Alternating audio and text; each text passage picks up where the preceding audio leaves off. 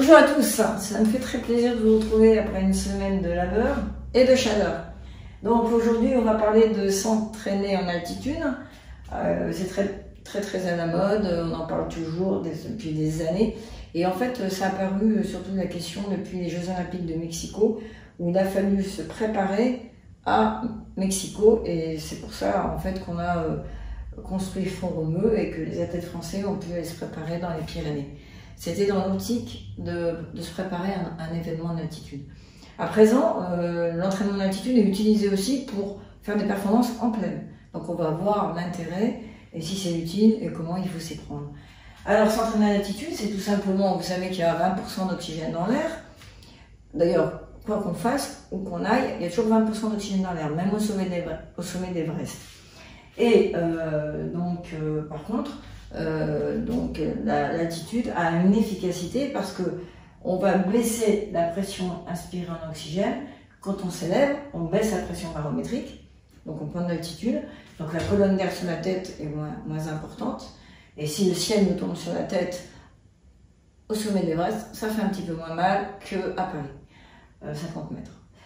Donc on a deux façons de baisser la pression qu'on va inspirer en oxygène pour stimuler des adaptations.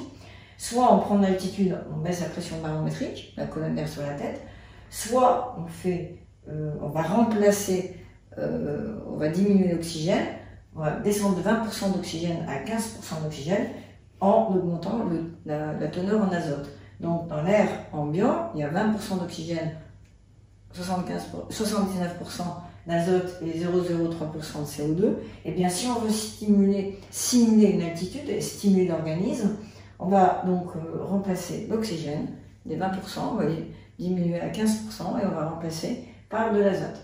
Voilà, donc ça c'est je dirais l'hypoxie hypobarique. On baisse la pression barométrique, ça c'est quand on monte en altitude réellement en gardant nos 20% d'oxygène dans l'air, ou bien on baisse le pourcentage d'oxygène dans l'air, on fait une altitude artificielle en gardant la même pression barométrique. Alors, on reste au niveau de la plaine à la même pression barométrique, mais on appauvrit l'air inspiré en oxygène en diminuant la fraction de 20 à 15%, ce qui va simuler une altitude de 3200 mètres. C'est un petit peu ce qui est utilisé dans les simulations d'altitude avec les tanks où on remplace finalement on remplace l'oxygène par de l'azote. Alors,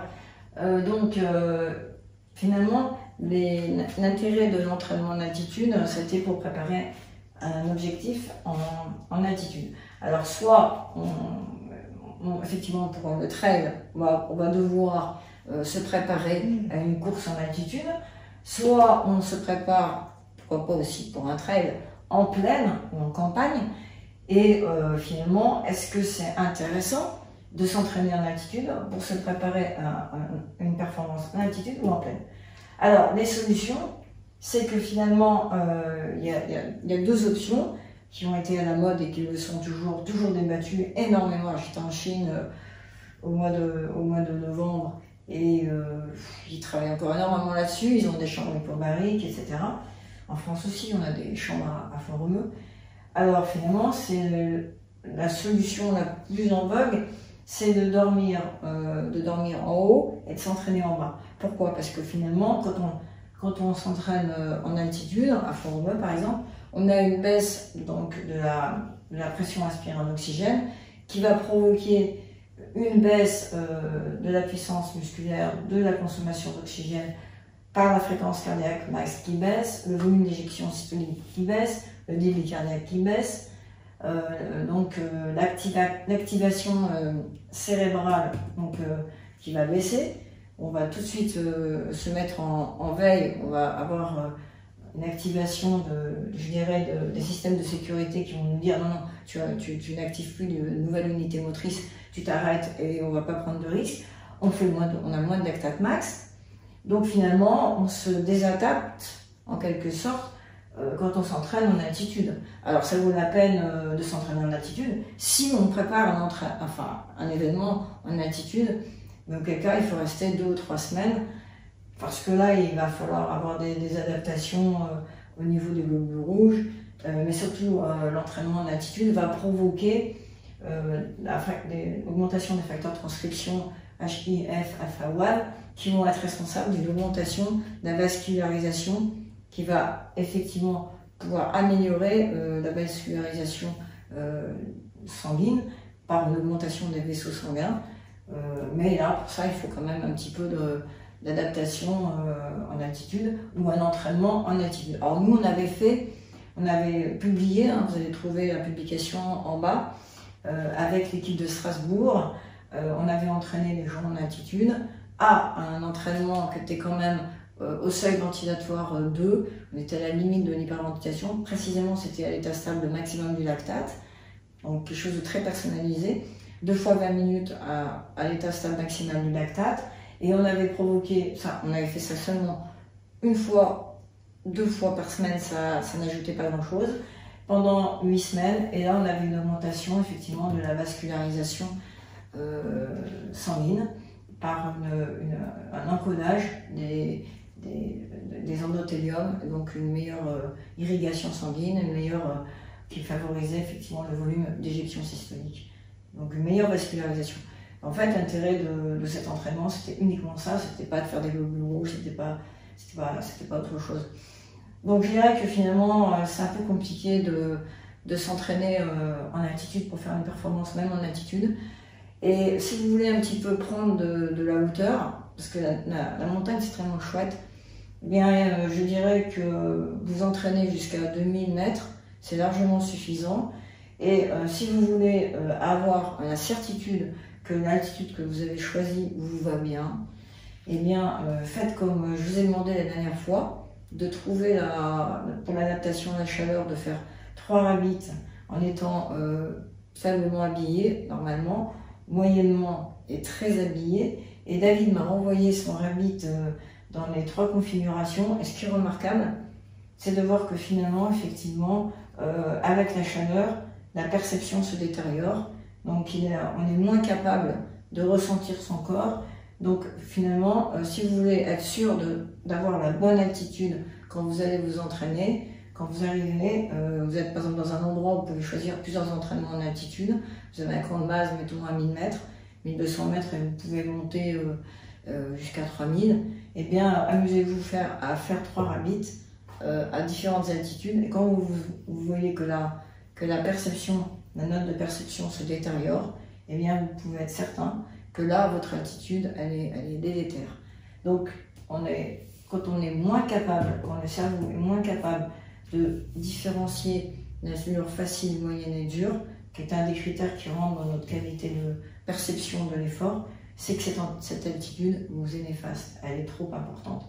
Un peu l'image d'une température qui est délétère et qui va, je dirais, vous empêcher de bien sentir ce que vous faites. Parce que finalement, la vraie définition de la fatigue, c'est pas de ne pas être capable de maintenir une puissance, c'est de ne pas être capable de ressentir vraiment les réponses physiologiques que l'on a et de doser son effort. Donc dès que l'indice de perception, je dirais, se détériore, c'est que des conditions environnementales, aussi bien de température que d'hypoxie, donc d'altitude en l'occurrence, simulée ou réelle, sont trop importantes pour vous. Voilà, donc je dirais, faites simple, pourquoi pas aller en Corrèze, à Buja, c'était le camp de base de Mimoun. Autant qu'ils m'en souviennent, il y a une vingtaine d'années, il y a encore une piste finlandaise avec des aiguilles de pin. Pourquoi pas aller à 500 mètres d'altitude et puis en air frais, en air pur, ou alors dans le Vercors, finalement, un endroit qui m'est cher, 1000 mètres d'altitude, on peut un peu monter sur le haut plateau, mais on risque pas grand chose en matière de perte de perception. Et puis surtout, quand on n'arrive plus à sentir les bonnes odeurs de fleurs, c'est que là vraiment, notre cerveau là, est vraiment atteint. Voilà, donc ça c'est un critère, hein, toujours être affûté, avoir une bonne perception de son effort, c'est le critère du bon choix de la bonne altitude et du bon environnement. Voilà, bon de toute façon, la Corrèze c'est très bien, le Cantal, le Massif central, des choses à découvrir finalement. Il y a des trails magnifiques et là vous entraînerez tout à fait bien, prendrez tout l'oxygène nécessaire pour vous faire plaisir et affûter vos sens. Allez, alors, la grosse nouvelle pour le mois de juillet, on lâche pas l'affaire. Je vous demande de me poser toutes les questions. Au mois de juillet, c'est VO2 max. Toutes les questions que vous êtes posées et que vous allez me poser. Allez-y, lâchez les chiens sur VO2 max. Et donc, allez-y, posez-moi toutes les questions. Donc, ce sera le mois de juillet, le mois de VO2 max. Et le mois d'août, je vous dirai ça fin juillet. Voilà. Allez, à la semaine prochaine, on va attaquer VO2 max. À vos questions. Alors, pour la séance à venir, je dirais que faites ce que vous voulez cette semaine. Hein. Je ne vais pas vous demander d'aller en altitude. Alors, pour les petits chanceux qui sont en altitude, faites-moi ça. Choisissez 3 altitudes, 3 rabbits et vous me les envoyez. Et je vous les analyse et je vous les compare. Allez, à la semaine prochaine. Au revoir.